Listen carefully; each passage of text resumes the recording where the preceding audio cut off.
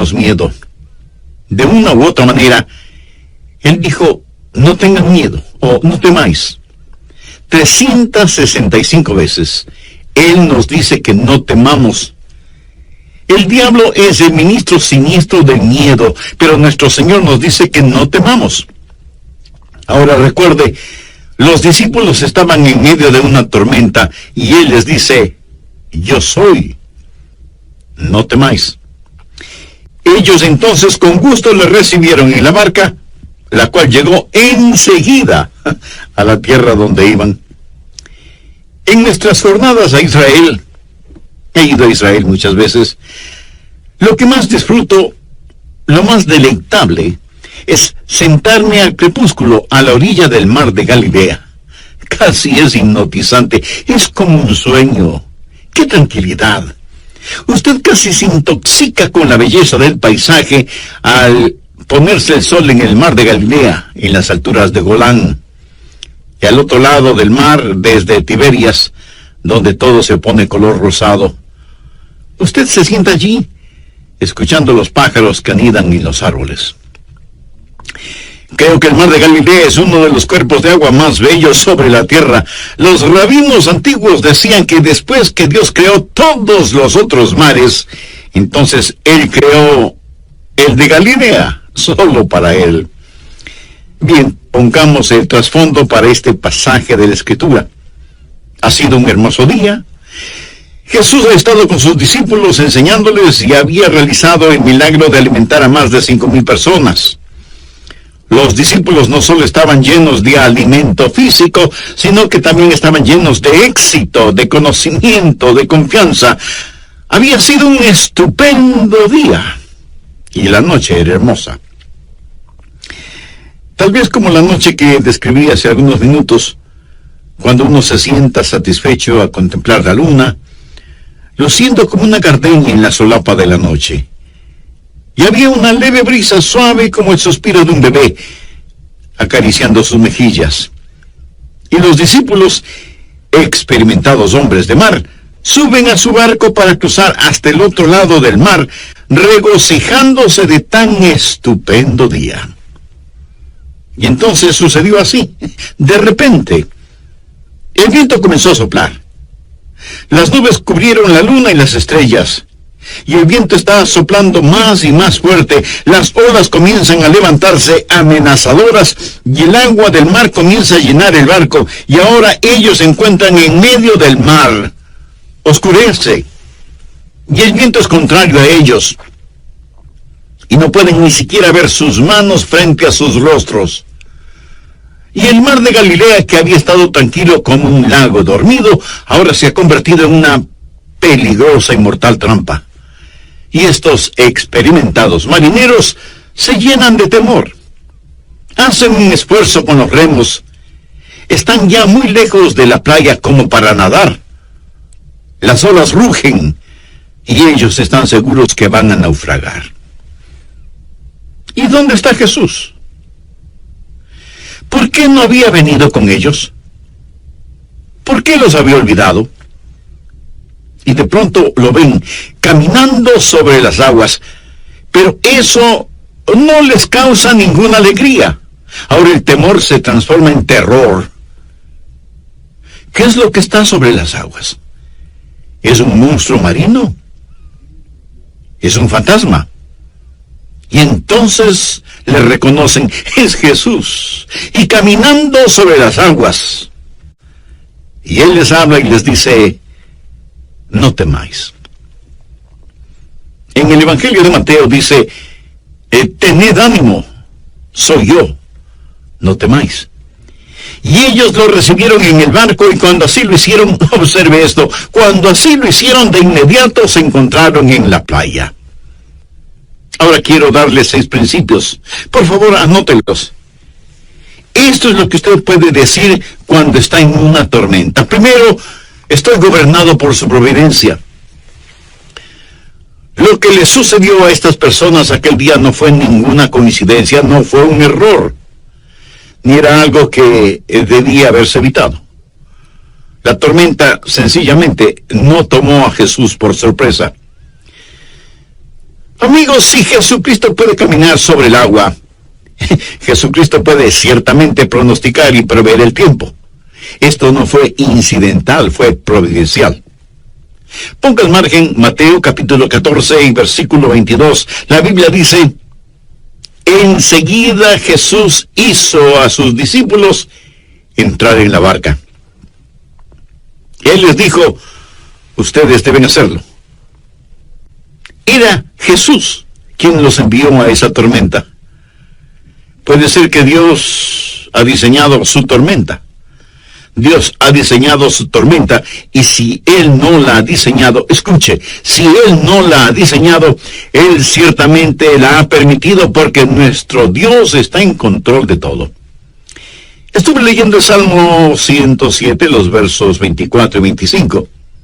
Dicen: ellos han visto las obras de Jehová y sus maravillas en las profundidades, porque habló e hizo levantar un viento tempestuoso que encrespa sus ondas.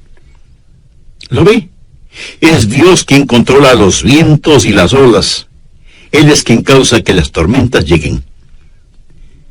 Verá, es una teología vacía el decir que si estamos en la voluntad de Dios, vamos a navegar apaciblemente por el mar de la vida, que no tendremos enfermedades, ni penas, ni desilusiones, ni separación, que no habrá muerte en nuestra familia, que no habrá problemas. Como algunos charlatanes lo dicen en televisión: esté bien con Dios, cree en Dios, envíeme una ofrenda generosa y nunca se enfermará, todo le saldrá muy bien. Este es el evangelio de la prosperidad, de los carros de lujo, de la tranquilidad financiera. Amigo, hay una palabra muy castiza que describe eso: engaño. Escuche, vamos a tener dificultades, y lo primero que usted puede decir cuando la dificultad llegue es que la providencia de Dios está sobre todo. Soy gobernado por su providencia. El plan maravilloso de Dios está en efecto, lo que llamamos la providencia de Dios. Ahora, recuerde, Jesús hizo que se embarcaran hacia la tormenta. Ellos estaban en esa tormenta debido a la providencia de Dios. Lo segundo que usted puede decir es: número 2, estoy creciendo por su plan. El plan de Dios es no complacerle. El plan de Dios es ensancharle. Ponga en su margen Salmo 4, versículo 1. Cuando estaba en angustia, tú me hiciste ensanchar. ¿Ya escuchó? Cuando estaba en angustia, tú me hiciste ensanchar. Quiero hacer una pregunta a aquellos de ustedes que han estado por algún tiempo en tribulaciones. ¿Cuándo ha crecido más? ¿Cuando todo estaba bien y navegaba calmadamente? ¿O cuando llegó la tormenta? ¿No creció usted más en la tormenta, en el dolor, cuando estaba aferrado a Cristo y tenía que clamarle? En la Biblia hay las tormentas que corrigen y tormentas que perfeccionan. De hecho, Jonás, quien pasó la noche en un colchón acuático, estaba en una de estas tormentas correctoras. Es decir, él estaba en ella porque estaba fuera de la voluntad de Dios. Él huía de Dios. Y Dios envió una tormenta correctora. Mas hay también tormentas que perfeccionan. Estos discípulos no estaban fuera de la voluntad de Dios. Entonces, ¿por qué estaban en una tormenta? Porque, escuche bien, se vieron en una tormenta porque estaban en la voluntad de Dios. Fue Jesús, nos relata Mateo, quien les hizo entrar en la barca. Estaban en esta tormenta porque obedecían a Jesús. Bien, ¿por qué Jesús querría que ellos estuvieran en una tormenta? Porque Él quería que ellos crecieran. A menudo he compartido estas palabras. Desconozco el autor. Dice: caminé 1 milla con el placer. Charlamos todo el camino. Pero no me dejó más sabio con todo lo que tenía que decir. Caminé una milla con el sufrimiento. Ni una palabra dijo, pero las cosas que aprendí del sufrimiento cuando el sufrimiento caminó conmigo. ¿No es eso cierto? Cuando estaba en angustia, tú me hiciste ensanchar. Y alguien dijo que la fe es como un rollo de fotografías, se revela en la oscuridad. Es cuando aprendemos a confiar en el Señor. Estaba leyendo sobre los israelitas cuando iban hacia la tierra prometida, hacia la tierra de Canaán. Y en la tierra de Canaán había algunos gigantes, hijos de Anac, poseídos por el demonio.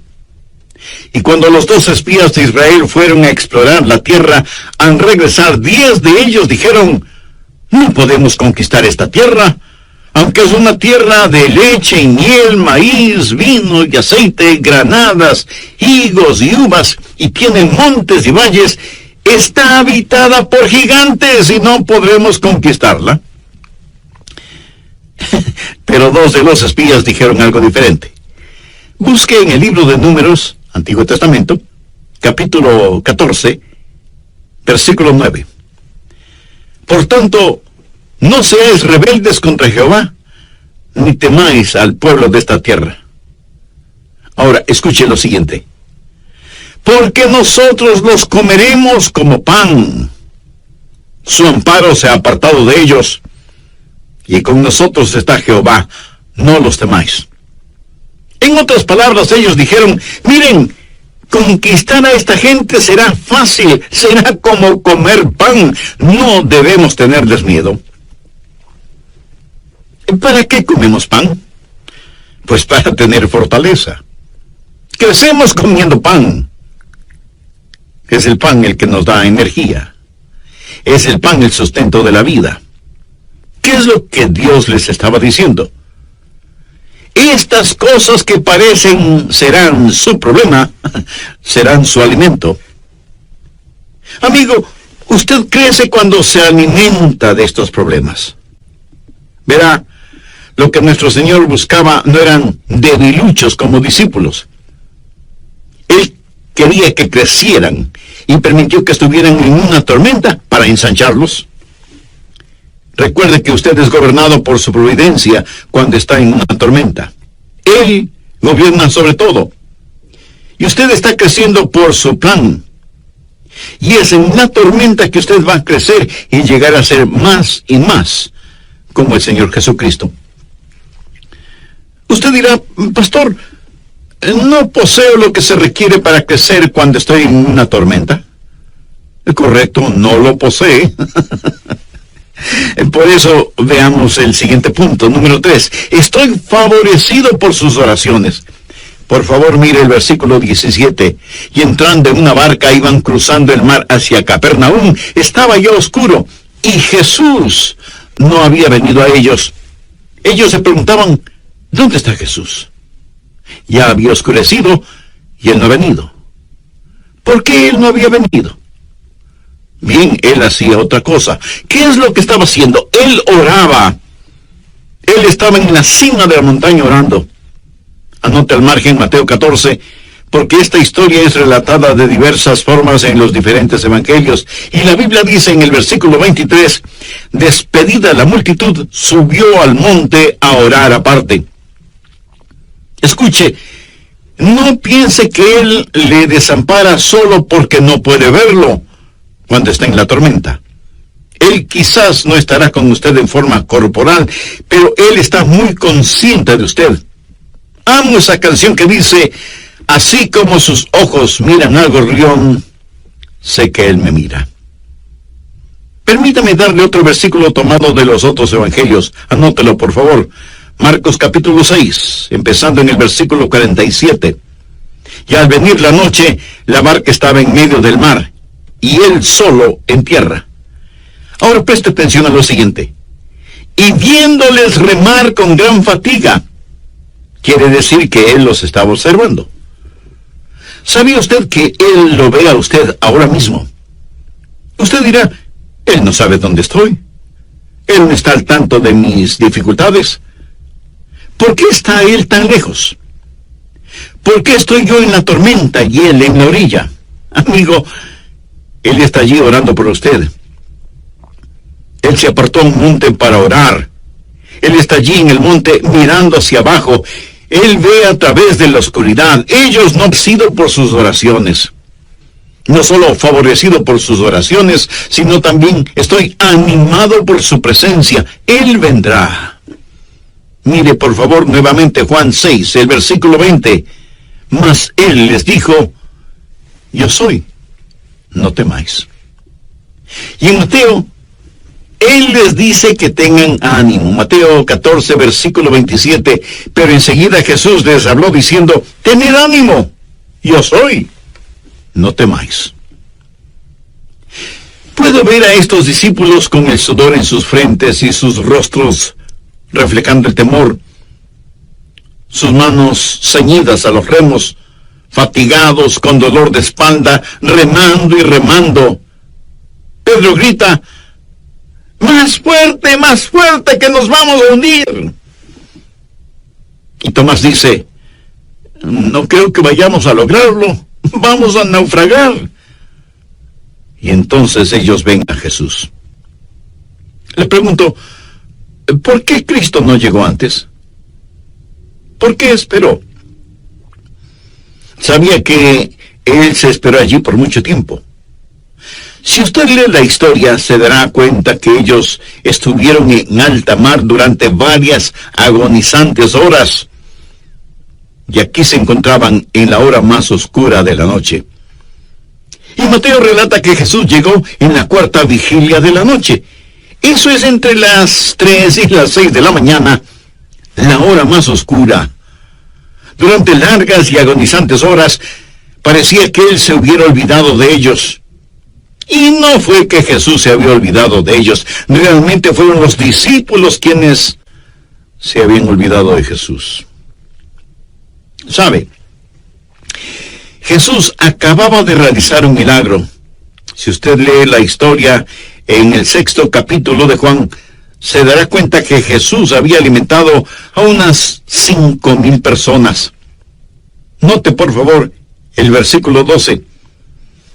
Y cuando se hubieran saciado, dijo a sus discípulos, recoged los pedazos que sobran para que no se pierda nada. Recogieron pues y llenaron 12 cestas de pedazos. Bien, ¿por qué llenaron 12 cestas? ¿Cuántos discípulos? 12 discípulos. Bien, él les dijo, ahora recojan todo, recojan los pedazos que sobraron. Cada discípulo tenía una cesta de pan al lado de sus pies. En esa barca hay unas cestas de pan. Él acababa de llevar a cabo un milagro y ahora ahí están ellos llenos de temor. Y pensaban, ¿por qué Jesús se ha olvidado de nosotros? Ellos se habían olvidado de Jesús. Ellos se olvidaron de lo que Jesús había hecho. ¿Acaso no tendemos a hacer eso? Es decir, ¿cuántas veces nuestro Señor nos ha liberado, realizando milagros para nosotros, pero nosotros nos hemos olvidado de Él? Lo que ellos debieron haber hecho era, recuerde, lo que Pablo enseñó en 1 Tesalonicenses capítulo 5, verso 18. Dad gracias en todo, porque esta es la voluntad de Dios para con vosotros en Cristo Jesús. Pero nuestro Señor esperó. ¿Por qué esperó? Bueno, su espera, su retraso antes de llegar a ellos fue estratégico y deliberado. Por favor, anote este versículo, Isaías capítulo 30, versículo 18. Por tanto, Jehová esperará para tener piedad de vosotros. ¿No es este versículo estupendo? Por tanto, Jehová esperará, no para ser cruel con usted, sino para tener piedad de vosotros y por tanto será exaltado. Dios está en el negocio de hacer gloria para sí. Será exaltado teniendo de vosotros misericordia, porque Jehová es Dios justo. Eso significa discernimiento. Él no solo sabe lo que usted quiere, Él sabe lo que usted necesita. Y entonces dice, bienaventurados todos los que confían en Él. Dios espera. Usted necesita esperar. ¿Y sabe lo que Dios espera? Dios está esperando que usted espere en Él. Dios espera que usted espere en Él. ¿Alguna vez ha pensado en la deliberada tardanza del Señor? Estuve leyendo el capítulo 11 de Juan, que relata la muerte de Lázaro. María y Marta, que amaban a Jesús y sabían que Jesús también amaba a Lázaro, mandaron a buscar a Jesús, que entonces estaba en Betania. Y le dijeron, Señor, aquel a quien tú amas está enfermo. La Biblia dice que Jesús se quedó 2 días más en el lugar donde estaba. 2 días más, antes de que él hiciera alguna cosa. Aún antes de empezar a caminar hacia la casa de sus amigos. Ahora, supongo que usted recibe un mensaje que alguien de su familia inmediata, está enfermo o enferma, y usted dice, bueno, creo que me quedaré aquí un par de días más. Eso sería poco menos que cruel e inhumano, ¿no le parece? Usted diría de inmediato. Pero Jesús esperó 2 días, y cuando llegó, ya habían pasado 4 días. Y Jesús dijo, me alegro de que Lázaro esté muerto.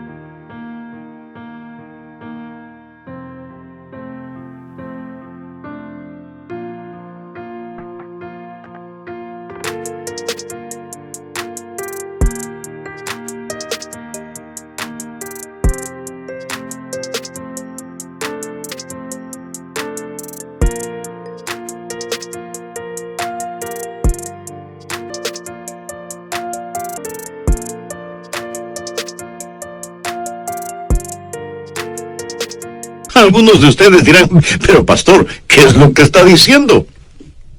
Escuche con atención. Eso es lo que Jesús dijo, no con sus palabras, sino con sus acciones. Porque Jesús sabía lo que iba a hacer, iba a resucitar a Lázaro.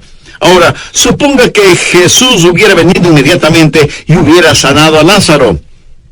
Y él pudo haberle hecho así, pero no lo hizo. ¿Sabe por qué? Porque si hubiera sanado a Lázaro, algunos hubieran dicho que Lázaro de todas maneras se hubiera sanado. O, ¿cómo saber si en realidad Jesús lo sanó? Pero ellos no tuvieron ninguna explicación frente al milagro de la resurrección de Lázaro. Jesús tuvo un plan. Y ese plan no tuvo ningún sentido para Marta, quien prácticamente le llamó la atención a Jesús. No tuvo ningún sentido para María tampoco. Pero tenía sentido para el Señor Jesús. Por lo tanto, el Señor espera. Dios dio una promesa en el jardín del Edén, que enviaría al Mesías. Pero esperó 4,000 años. ¿Escuchó lo que dije? Esperó 4,000 años antes de hacerlo. La Biblia dice, cuando vino el cumplimiento del tiempo, Dios envió a su Hijo. Cuando vino el cumplimiento del tiempo. Muchas veces tratamos de cosechar las bendiciones de Dios antes de que maduren. Jehová esperará para tener piedad de vosotros, teniendo de vosotros misericordia. Bienaventurados todos los que confían en Él. Dios desarrolla paciencia. Dios nunca tiene prisa, pero nunca se atrasa tampoco. Habacuc 2, versículo 3 dice: aunque la visión tardará aún por un tiempo, mas se apresura hacia el fin, y no mentirá. Muchos esperamos el regreso de Jesús. La gente dice: ¿dónde está la promesa de su advenimiento? Porque desde el día en que los padres durmieron, todas las cosas permanecen así como desde el principio de la creación. Anótelo simple y llanamente. Él está por venir. Él viene. Y Él regresa en el tiempo perfecto de Dios. Pero Él retorna. Nuestro Señor está por venir. Luego usted puede decir, en el medio de su tormenta: estoy protegido por su poder. Note lo que Él dice en el versículo 20: yo soy, no temáis. Yo no sé quién dijo esto primero, mas es verídico. La voluntad de Dios nunca le llevará donde la gracia de Dios no pueda mantenerlo. Eso es bueno. La voluntad de Dios nunca le llevará donde la gracia de Dios no pueda mantenerlo. Eso es eternamente verdadero. Verá, enseguida Jesús hizo a sus discípulos entrar en la barca e ir delante de Él a la otra ribera. Usted leyó eso en la palabra de Dios. Él les dijo que cruzaran el mar, no que bucearan. Iban sobre, no debajo del mar. Dios tiene un plan para usted. Jesús no dejó a sus discípulos en el desastre. Él les mandó que fueran a la otra ribera, y cuando Él vino a ellos, Él les dijo: yo soy, no temáis. Yo soy, no temáis. Cuando Jesús usa las palabras yo soy, ¿qué quiere decir con ese yo soy? Bien, el versículo 20 dice yo soy. ¿Lo ve? En el griego literalmente dice yo soy. Y es lo que leemos en la Reina Valera, literalmente, yo soy. Y yo soy es el sagrado nombre para la deidad. Significa Él es omnipotente, el eterno. Lo que afirma es: yo soy el que soy. Soy el gran yo soy. Yo existía aún cuando este mar ni siquiera era un vapor, este mar de Galilea. Yo soy el gran yo soy. Piense al respecto. Cuando Él dice yo soy, es una proclamación de presencia eterna. No dice yo fui, pero a lo mejor ya no soy. Tampoco dice yo seré, pero a lo mejor no lo soy todavía. No. Él es yo soy el que soy. Nunca hubo un tiempo cuando Jesús no fue, nunca habrá un tiempo cuando Jesús no sea. Y amigo, en medio de su tormenta, solo recuerde esto: cuando Él dice yo soy, es una proclamación de su presencia. Pero Él le dirá algo más. No solo es una proclamación de su presencia, sino también un anuncio de abundancia. ¿Sabe lo que yo soy es? Es una frase incompleta. Yo soy... ¿qué? Bueno, llene el espacio vacío. Una y otra vez en el Evangelio de Juan, Jesús dice: yo soy, yo soy, yo soy. Él dijo: yo soy el camino. ¿Está usted perdido? Llene el espacio vacío. Él es el camino. ¿Está usted en el lado equivocado y quiere entrar? Bien, Él es la puerta. ¿Está padeciendo hambre? Él es el pan de vida. Tropieza en la oscuridad. Él es la luz del mundo. Y si usted está muerto en sus delitos y pecados, Él dice: yo soy la resurrección y la vida. Yo soy. Yo soy.